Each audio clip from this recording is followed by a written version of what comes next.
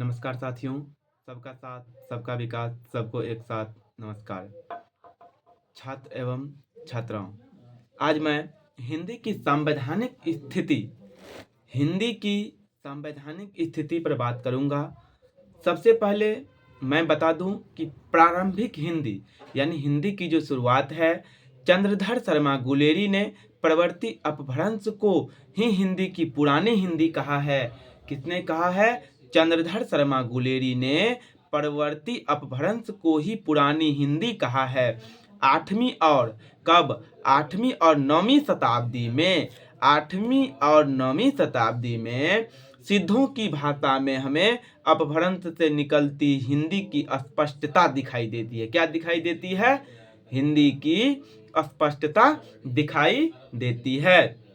कुछ विद्वानों ने पुष्यदंत को हिंदी का कवि माना है। क्या कहा है? पुष्यदंत को हिंदी का कवि कहा है, लेकिन वे निसंदेह अपभ्रंश के कवि हैं। उनकी कृतियों में कहीं कहीं विकास समान हिंदी के प्रयोग अवश्य दिखाई देते हैं।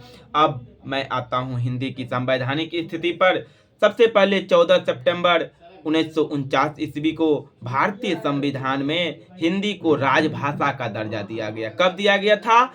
14 सितंबर 1949 ईस्वी को। 14 सितंबर 1949 ईस्वी को याद रखिएगा, वन लाइनर में पूछता है बार बार कि हिंदी को जो है 14 सितंबर 1949 ईस्वी को भारतीय संविधान में राजभाषा का दर्जा दिया गया था। भारतीय संविधान के भाग 5, 6 और 17 में राजभाषा संबंधी उपबंध है। क्या है? राजभाषा संबंधी उपबंध है। कितने कितने भाग में? भाग 5, 6 और 17 में। कौन कौन? 5, 6 और 17 में क्या है? राजभाषा संबंधी उपबंध है। भाग 17 का शीर्षक राजभाषा है। 17वां भाग का जो शीर्षक है वो राजभाषा है। उसका शीर्षक ही राजभाषा रख दिया गया है। इस भाग में, इस चौथा भाग में जो है, 17वां भाग में जो है, इस भाग में 4 अध्याय हैं। कितने अध्याय हैं? 4 अध्याय इस भाग में हैं, जो अनुच्छेद 343 से लेकर 351 तक के अंतर्गत समाहित किया गया है। कब कब समाहित किया गया है? अनुच्छेद 343 से लेकर 351 तक जो है समाहित किया गया है। यह मुंशी एलंगर फार्मूला के नाम से विख्यात है। किसके नाम से विख्यात है? मुंशी एलंगर फार्मूला के नाम से विख्यात है। अब संविधान के अनुच्छेद 20 में कहा गया है। अब क्या कहा गया है? संविधान के अनुच्छेद 20 में कहा गया है, संसद में कार्य हिंदी में या अंग्रेजी में किया जाएगा। संसद में जो है कार्य हिंदी में या अंग्रेजी में किया जाएगा। आगे कहा गया है कि यदि कोई व्यक्ति हिंदी में या अंग्रेजी में विचार प्रकट करने में असमर्थ है, तो अगर कोई व्यक्ति हिंदी में या अंग्रेजी में अपना विचार प्रकट नहीं कर सकता है या नहीं, यानी करने में समर्थ नहीं है, तो क्या किया जाएगा?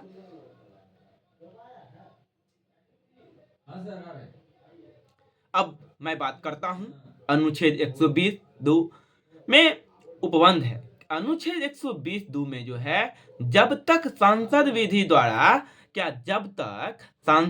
द्वारा अन्यथा उपबंध न करे, तब तक इस संविधान के प्रारंभ के 15 वर्ष की अवधि की समाप्ति के पश्चात यह अनुच्छेद ऐसे ही प्रभावी रहेगा। क्या रहेगा? 15 वर्ष की अवधि की समाप्ति के पश्चात तक यह अनुच्छेद ऐसे ही प्रभावी रहेगा। अब अनुच्छेद 210 की मैं बात करता हूं। अनुच्छेद 210 में कहा गया है, राज्य के विधानमंडल में कार्य राज्य की राजभाषा या राजभाषाओं में या हिंदी में या अंग्रेजी में किया जाएगा। हिंदी में या अंग्रेजी में किया जाएगा। अब अनुच्छेद 343, संविधान के अनुच्छेद 343 में कहा गया है, संघ की राजभाषा हिंदी होगी। संघ की राजभाषा हिंदी और लिपि देवनागरी होगी। क्या होगी? संघ की, अनुच्छेद 343 में कहा गया है, संघ की राजभाषा हिंदी होगी और लिपि देवनागरी होगी। क्या होगी? लिपि देवनागरी होगी। इसके अतिरिक्त यानी इसके अलावा संघ के शासकीय प्रयोजनों के लिए प्रयोग होने वाले भारतीय अंकों का अंतर्राष्ट्रीय रूप होगा। क्या होगा? भारतीय अंकों का अंतर्राष्ट्रीय रूप होगा। अब अनुच्छेद 344 की मैं बात करता हूं। जब मैं अनुच्छेद 344 पर आता हूं, देखिए संविधान के अनुच्छेद 344 के अंतर्गत व्यवस्था की गई है कि संविधान के आरंभ के 5 वर्ष बाद राष्ट्रपति एक आयोग गठित करेगा। क्या करेगा? राष्ट्रपति एक आयोग गठित करेगा जो हिंदी के प्रयोग के विस्तार पर सुझाव देगा। जैसे किन कार्यों के लिए हिंदी का प्रयोग किया जा सकता है, न्यायालयों में हिंदी का प्रयोग कैसे बढ़ाया जा सकता है। अब न्यायालय में हिंदी का प्रयोग कैसे बढ़ाया जा सकता है?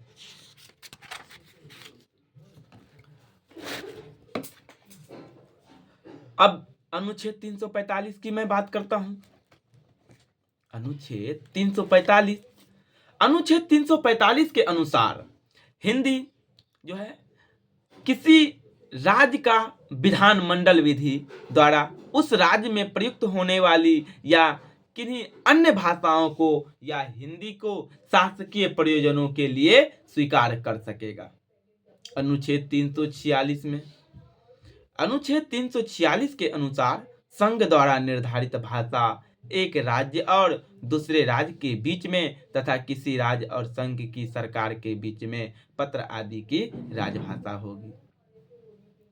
अनुच्छेद 347 संविधान की अनुच्छेद 347 के अनुसार यदि किसी राज्य की जनसंख्या का पर्याप्त भाग यह चाहता हो कि उसके द्वारा बोली जाने वाली भाषा को उस राज्य में मान्यता दी जाए तो उसके लिए लोकप्रिय मांग की जाए, तो राष्ट्रपति यह निर्देश दे सकेगा कि ऐसी भाषा को भी मान्यता दिया जाए।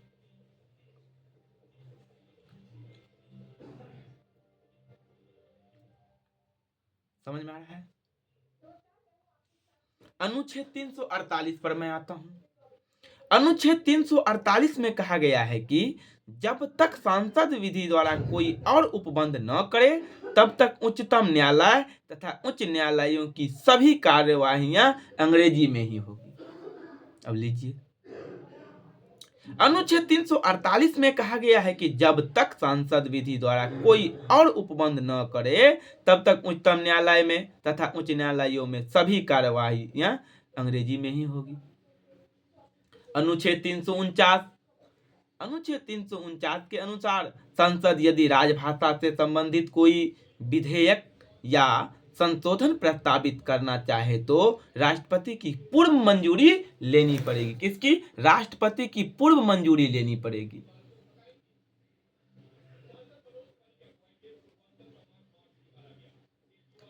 अब मैं अनुच्छेद 350 पर आ रहा हूं। अनुच्छेद 350 में कहा गया है, इसके अंतर्गत उन कार्यों को विशेष ध्यान दिया गया है, उन कार्य पर विशेष ध्यान दिया गया है जो भाषाई आधार पर अल्पसंख्यक वर्ग में आते हैं। इस अनुच्छेद के अनुसार राष्ट्रपति एक विशेष अधिकारी की नियुक्ति करेगा जो इस वर्गों से संबंधित विषयों पर रक्षा के लिए उपाय करेगा।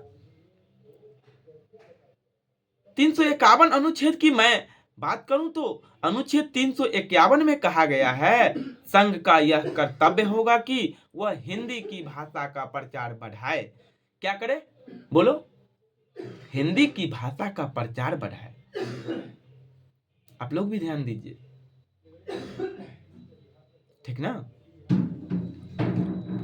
अनुच्छेद 351 में कहा गया है, संघ का यह कर्तव्य होगा कि वह हिंदी भाषा का हिंदी भाषा है क्या करे? प्रसार करे, एक दूसरे तक फैलाए।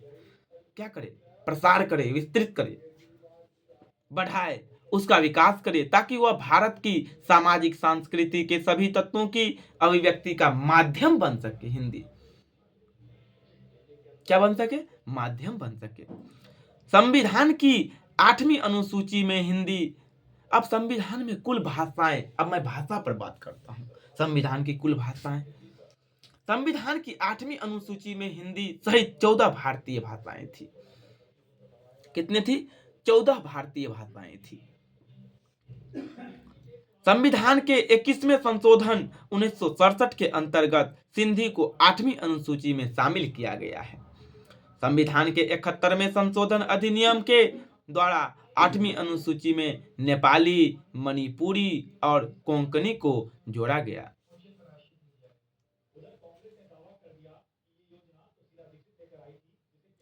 संविधान के 92वें संशोधन अधिनियम 2003 द्वारा 8वीं अनुसूची में मैथिली, डोंगरी, बोडो और संथाली को शामिल किया गया।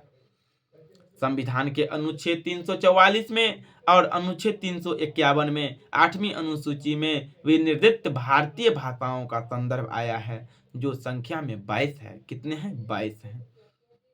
कुछ मैं बोल दे रहा हूं। असमिया, नेपाली, मणिपुरी, बंगला, ओडिशा, कश्मीरी, सिंधी, पंजाबी, संस्कृत, हिंदी, उर्दू, गुजराती, मराठी, कन्नड़, कोंकणी, मलयालम, तेलुगु, तमिल, बोडो, मैथिली, संथाली, डोंगरी। प्रोफेसर बुलर के अनुसार ब्राह्मणी लिपि में 41 अक्षर थे, 9 स्वर और 32 व्यंजन। किसके अनुसार? प्रोफेसर बुलर के अनुसार ब्राह्मणी लिपि का विकास इस प्रकार दर्शाया जा सकता है कि ब्राह्मणी लिपि को सबसे पहले 2 भाग में बांटे। कितने भाग में बांटेंगे? 2 भाग में, दक्षिणी शैली और उत्तरी शैली। दक्षिणी शैली में क्या क्या आएगा? ध्यान दीजिएगा। दक्षिणी शैली में तेलुगु, तमिल, कन्नड़ लिपियों का विकास होता है। ध्यान दीजिए, दक्षिणी शैली में तेलुगु, तमिल, कन्नड़ लिपियों का विकास होगा और उत्तरी शैली में गुप्त लिपि का होगा, सिद्ध मात्रिक या कुटिल लिपि का होगा। उत्तरी में गुप्त लिपि होगा या कुटिल लिपि होगा या सिद्ध मात्रिक लिपि कहिए। अब सिद्ध मात्रिक या कुटिल लिपि को भी 2 भागों में बांटा गया है, देवनागरी लिपि और शारदा लिपि। सिद्ध मात्रिका लिपि को डॉक्टर बुलर ने शून्य कोणीय लिपि नाम दिया है। क्या नाम दिया है? शून्य कोणीय नाम दिया है। अब देवनागरी लिपि जो है ब्राह्मणी लिपि की उत्तरी शैली से 4वीं या 5वीं शताब्दी सदी में गुप्त लिपि तथा गुप्त लिपि से 6वीं सदी में कुटिल लिपि विकसित हुई है। इसी कुटिल लिपि से 9वीं सदी के लगभग नागरी के प्राचीन रूप का विकास हुआ, जिसे प्राचीन नागरी कहते हैं।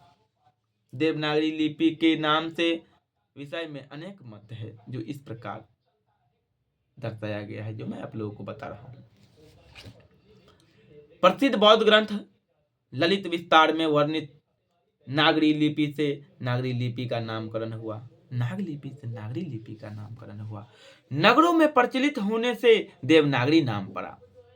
नगरों में प्रचलित होने से देवनागरी नाम पड़ा। पाटलिपुत्र को नगर और चंद्रगुप्त को देव कहने के कारण देवनागरी नामकरण किया गया। सिंपल सी बात है, देवनागरी। पाटलिपुत्र को नगर और चंद्रगुप्त को देव। क्या चीज? पाटलिपुत्र को नगर, पाटलिपुत्र एक नगर है, और चंद्रगुप्त को देव। चंदा मामा तो भगवान है, देव है, तो चंद्रगुप्त देव हो गए, पाटलिपुत्र नगर हो गया। तो पाटलिपुत्र को नगर और चंद्रगुप्त को देव कहने के कारण देवनागरी नामकरण किया गया। कुछ है? पाटलिपुत्र तो सब आदमी जानते हैं, एक नगर है पाटलिपुत्र, तो पाटलिपुत्र तो नगर हो गया। तो पाटलिपुत्र को नगर और चंद्रगुप्त को देव। चंदा मामा देव है, चंद्र भगवान देव है, तो चंद्रगुप्त को देव कहेंगे, इसके कारण देवनागरी नामकरण किया गया। देवनागरी लिपि का वैशिष्ट्य क्या क्या है? देवनागरी लिपि अक्षरिक है। क्या है? अक्षरिक है। देवनागरी लिपि में एक वर्ण लिए ध्वनि है, अर्थात प्रत्येक अक्षर उच्चरित होती है। क्या होती है? प्रत्येक अक्षर उच्चरित होती है। देवनागरी की वर्णमाला का वर्णक्रम वैज्ञानिक है। क्या है? वैज्ञानिक है। सर्वप्रथम बाल गंगाधर तिलक ने सन 1904 ईस्वी में अपने पत्र केसरी के लिए 1926 टाइपों की छटाई करके 190 टाइपों का एक फॉन्ट, जिसे तिलक कार्ट भी कहते हैं, बनाकर देवनागरी लिपि सुधार का आरंभ किया। सर्वप्रथम महाराष्ट्र के सावरकर बंधुओं ने अ की 12 खड़ी तैयार की तथा महात्मा गांधी के हरिजन सेवक में इसका प्रयोग किया। सर्वप्रथम डॉक्टर श्याम सुंदर दास ने पंचमाक्षर के स्थान पर अनुस्वार के प्रयोग का प्रस्ताव रखा। नागरी लिपि सुधार समिति के संयोजक काका कालेलकर थे। नागरी लिपि सुधार समिति के संयोजक कौन थे? काका कालेलकर थे। सम्मेलन में कुल 14 सुझावों को स्वीकार किया गया।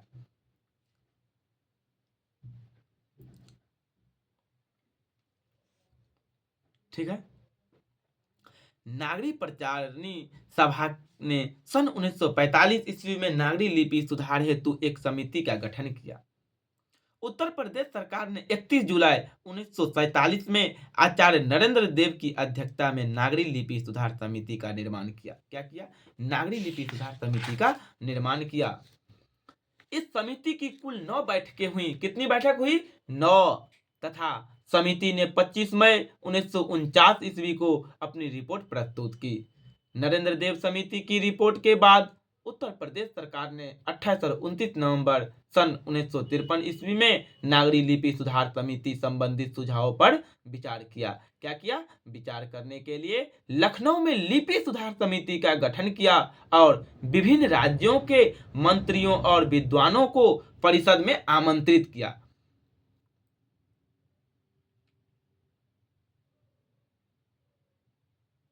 सुधार समिति का जो गठन किया उसमें क्या किया? आमंत्रित किया। उत्तर प्रदेश यानी यूपी उत्तर प्रदेश सरकार द्वारा गठित लिपि सुधार परिषद की बैठक की अध्यक्षता तत्कालीन उपराष्ट्रपति डॉक्टर सर्वपल्ली राधाकृष्णन ने किया। किसने किया? डॉक्टर सर्वपल्ली राधाकृष्णन ने किया। बस एक मिनट और। डॉक्टर सुनीति कुमार चटर्जी ने कतिपय परिवर्तनों के साथ देवनागरी लिपि के स्थान पर रोमन लिपि को स्वीकार कर लेने का सुझाव दिया। आज मैं क्लास को यहीं एंड करता हूं। प्यारे छात्र एवं छात्राओं, मुझे कहीं निकलना है काम से।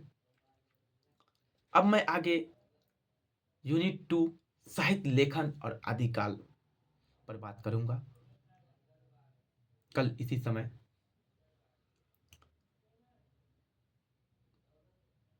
आप लोग जो क्लास को देख रहे हैं कृपया लाइक कमेंट कर दीजिए।